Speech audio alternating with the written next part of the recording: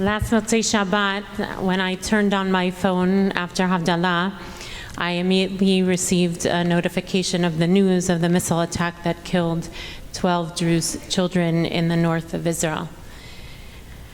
It's been a week.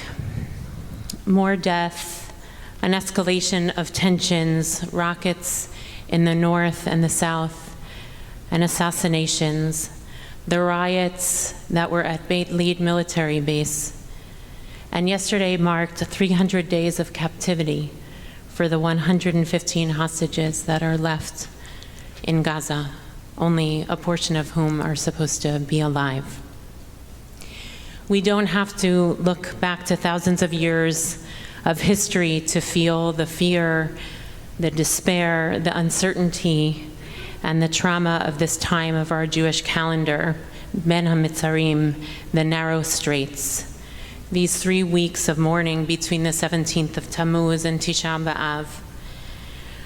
I don't know what it will look like to tell the narrative of these days in the years to come. What will we say about this year, about these weeks, about these months? We don't yet have that perspective.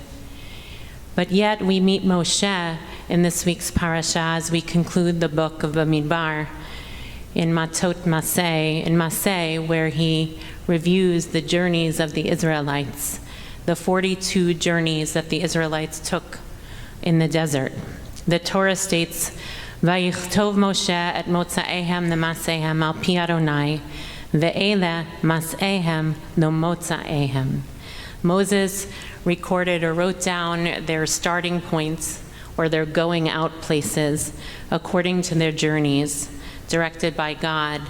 And then it says in the verse, these are the journeys according to their starting points or going out places. And if you hear, there's a flipping. In the initial part of the verse, it says that it starts with the starting points and then to the journeys. And in the second part of the phrase, it flips it and starts with their journeys and then goes to the starting points. So of course the commentators have a field day with this particular peculiarity, because anything in the Torah that does not make a particular sense, or the rabbis hone in on and make meaning out of it. So this is at least some of the meaning they try to make about this moment. The Sforno, the 16th century Italian commentator says, the reason why we find sometimes the adjective mentioned first, meaning the journey, the place where they're going to, and other times the place of departure, is due to the fact that sometimes the people were glad to get away from a certain place where unpleasantness had occurred, whereas other times they were merely glad to arrive at a destination, hoping for a pleasant stay in their new encampment. Essentially, sometimes we're more focused on leaving somewhere, and sometimes we're more focused on getting somewhere, right? If we have a journey, sometimes we're more anxious.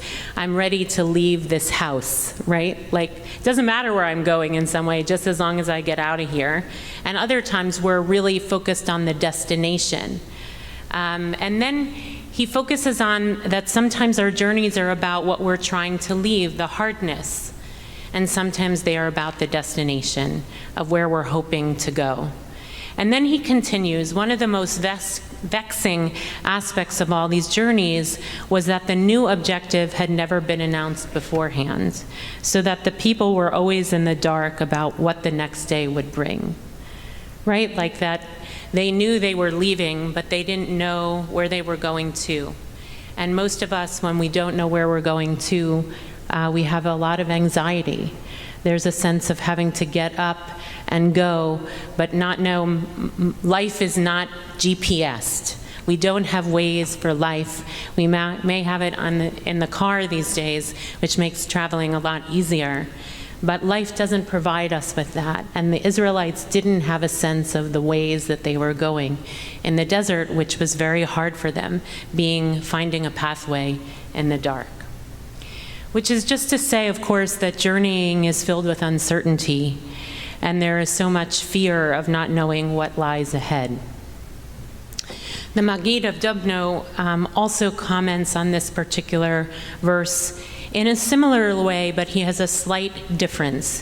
He said the Israelites didn't know the virtues of what Eretz Yisrael would bring, and what they were interested in was to get away from Mitzrayim. All they cared about was leaving Egypt, right? Their enslavement, the harshness. They didn't know what Eretz Yisrael was meant to be. They hadn't, of course, ever seen it.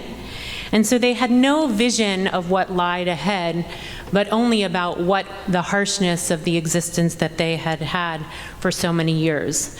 Moshe, he said, on the other hand, knew that they were going to a land flowing with milk and honey. That was why he noted the journeys still beforehand. So the first part of the verse was to accurately reflect who the Israelites were, meaning, let's get out of Mitzrayim. Let's take our starting point and leave it from the harshness.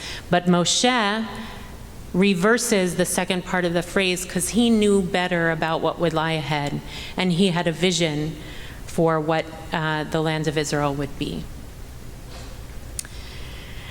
As each day passes, it feels like there's a longer list of the narrow streets we are in, that Israel is in particular. There is so much violence and anger, instability, and true fear of the unknown. We are literally sitting in the dark, and tonight we are definitely in the dark with the clouds that have been opened up. It is no doubt that we would like to journey away from this place. Enough. We've had enough of this place we've been sitting in since October 7th. There is so much pain and so much darkness. But the Maggid of Dubno makes an astute point. Moshe switched the order because he didn't want them only to run away from what was bad. He wanted to emphasize that there was a place to go, to teach the Israelites to have faith in what could be, that the journey was for something, that wasn't only about the past, but it was about the future. And I believe this is truly at the essence of what it means to live a religious life as a Jew. In these times, we can't only know what we don't want, what needs to end, we actually have to know what we do want. And this has been a vacuum in our world, and particularly around the Middle East and in Israel for so long. We know we don't want this, but no one is courageous enough to say declaratively what we do want, or if they do, it's not a good version of the story. And that is exactly what Shabbat is meant to be. It's meant to be a place we leave the week, we say goodbye, we say each psalm to say goodbye to the week that has passed in order to say, I'm leaving that behind to see something else, to open up some other possibility, to stay not only when what was, but what could be, a taste of the world to come. And all the no-nos, all the restrictions about Shabbat are meant not to just be restrictions, but to create some kind of possibility. No phone, no purchasing. All those things are not for the sake of just saying no to things. It's for the sake of saying yes to things.